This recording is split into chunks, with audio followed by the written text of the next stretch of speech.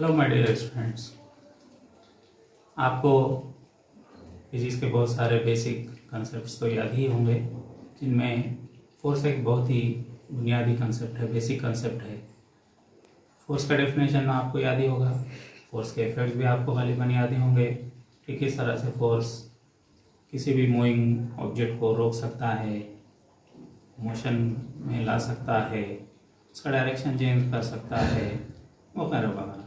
अब बहुत सारे फोर्स के टाइप्स भी आपको मालूम ही होंगे, जैसे कि gravitational force, magnetic force, electric force, electromagnetic force वगैरह वगैरह, न्यूक्लियर फोर्स वगैरह वगैरह। अब यहाँ पर हम जो मेन टॉपिक देखने जा रहे हैं वो है gravitation, means the force related with the gravitation, that is also known as the force of gravitation. Force of gravitation के लिए सबसे पहले जो नाम हमारे जहन में आता है वो साइंटिस्ट सर आइजैक न्यूटन, जिन्होंने सबसे पहले ये कंसेप्ट को बताया। वो किसी सेब के दरख्त के नीचे बैठे हुए थे और वो सेब नीचे गिरा।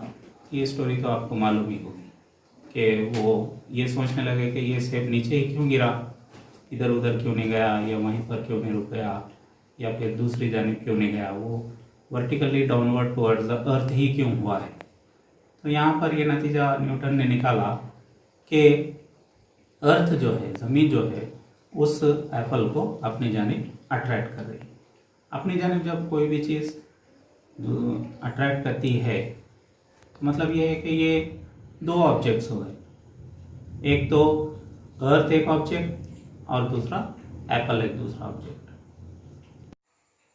It means that every object in the universe attracts every other object. This is the force of gravity.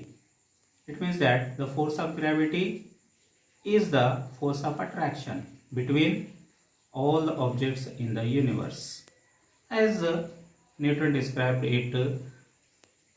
यहाँ पर अगर हम ये देखें कि न्यूटन ने किस तरह से ये पूरा जो फोर्स ऑफ ग्रेविटी के ताल्लुक से बयान किया है कि पूरी जो यूनिवर्स है, पूरा जो कायनात है, उसमें हर एक ऑब्जेक्ट दूसरे ऑब्जेक्ट को अपनी तरफ अट्रैक्ट करता है। अब बाज़ बड़े अजसाम होते हैं, बाज़ छोटे अजसाम होते हैं, some are big particle, some are small. तो फिर ये किस तरह से कि एप्पल ज़मीन की जानिब अट्रैक्ट हुआ है, तो क्या ज़मीन भी एप्पल की जानिब अट्रैक्ट हुई? जी हाँ, हुई, लेकिन वो हमको नज़र नहीं आएंगे बिकॉज ऑफ इट्स मास। कमियत की वजह से, मास की वजह से ये हमको नज़र नहीं आएगा। So the big object attracts small objects towards itself. हालांकि बड़ा ऑब्जेक्ट भी छोटे ऑब्जेक्ट की जानिब मूव होगा, अट्रैक्ट होगा, लेकिन वो हमको समझ में नहीं आएगा, नज़र नहीं आएगा। Next we have to see some circular motion.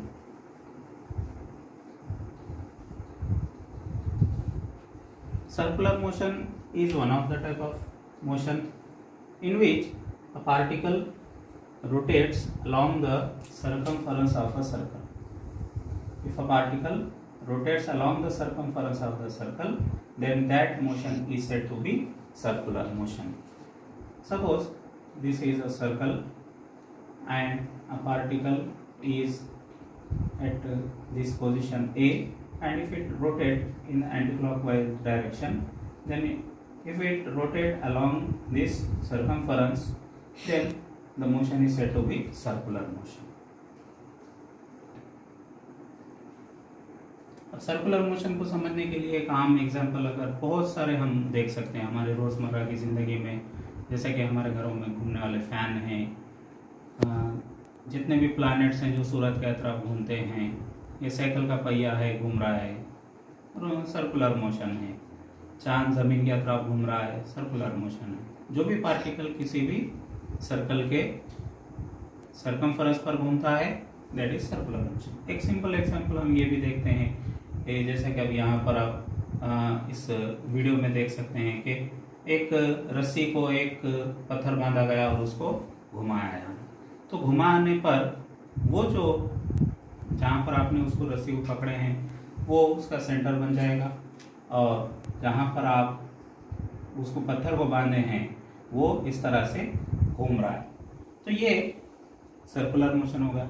अब हम जितनी देर उसको होल्ड करके रखेंगे, यानी कि हम स्ट्रिंग को होल्ड करके रखेंगे, तब इसका मतलब ये होता है कि हम उस स्टोन को अपनी जानिब पुल कर रहे हैं। अब स्टोन को जब अपनी जानिब पुल कर रहे हैं तो अपनी जानिब का मतलब ये है कि डायरेक्टेड टुवर्ड्स द सेंटर, मतलब ये है कि वो एक फोर्स के ज़रिए से ये सेंटर की जानिब अमल करेगा। अब सेंटर की जानिब जब अमल करेगा it means centre seeking, and this force directed towards the center is nothing but the centripetal force.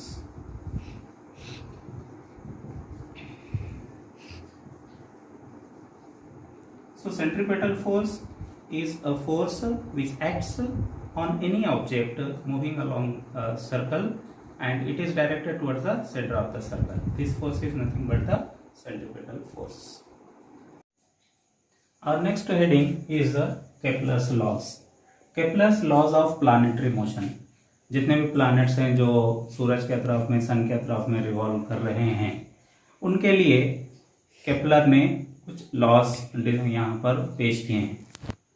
Kepler के इन लॉ के लिए उन्होंने गैलीलियो के जरिए बनाए गए जो टेलीस्कोप्स थे उनका इस्तेमाल किया। उससे पहले बहुत सारे जो एस्ट्रोनॉमर्स थे वो अपना सादा तरीके से बहुत सारे एक्सप्लेनेशंस किए, लेकिन गैलीलियो के जो टेलीस्कोप्स थे उसके बाद यहाँ पर केपलर ने बहुत सारे जो प्लैनेट्स हैं उन प्लैनेट्स के रिवोल्यूशंस के मुताबिक कुछ यहाँ पर लॉज डिस्क्राइब किए हैं। उसमें जो फर्स्ट सबसे पहला जो लॉ है that is known as the Kepler's first law of planetary motion, और also known as the orbit law. ये ऑर्बिट लॉ क्या है, यहाँ पर आप देखिए, the orbit of a planet is an ellipse with the sun at one of the foci। मतलब ये है कि अगर समझो कि यहाँ पर A नाम का एक प्लैनेट है और ये इस एलिप्टिकल ऑर्बिट में घूम रहा है, यानी कि ये सन है और ये सन के अतराफ में ये एलिप्टिकल ऑर्बिट में घूम रहा है, तो यहाँ पर जो सन है उसको वन ऑफ द फोकाई यहाँ पर कंसिडर किया जा रहा है। Now the second law of Kepler's law of planetary motion is also known as the law of equal areas. The law is like this: the line joining the planet and the sun sweeps equal areas in equal interval of time. It means that suppose there is a planet situated at position A, and suppose another position of the planet is at C. Now in equal interval of time, if it covers from A to B and from C to D, then the area ASB must be equal to CSD। Means ASB जितना area रहेगा CSD ये उतना ही area रहेगा।